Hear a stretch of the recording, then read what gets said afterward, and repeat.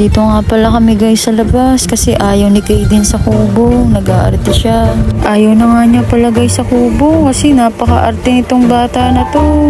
Gusto niya talaga may nakikita siya. Pero pala talaga guys, pag meron ka ng anak, hindi mo na alam ang gagawin kung ano yung uunahin mo. Kasi guys, napaka-arte talaga niya. Lahat na lang ginawa ko pero nagwawala pa rin siya. Hirap pala guys, pag wala kang atuwang sa pag-aalaga, buti na lang andito ako na mama kasi natutulungan niya ako mag-alaga ng bata. Guys, napakakulit talaga niya. Hindi ko nga alam minsan ang gagawin.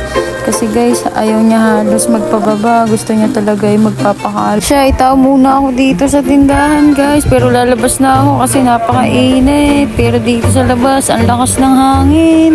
Ay nga pala si Kaden, tuwang-tuwa kay mama. Nga pala guys ay pupunta ng kubo at titingnan ko talaga ang tabing dagat. Ay para talagang uulan.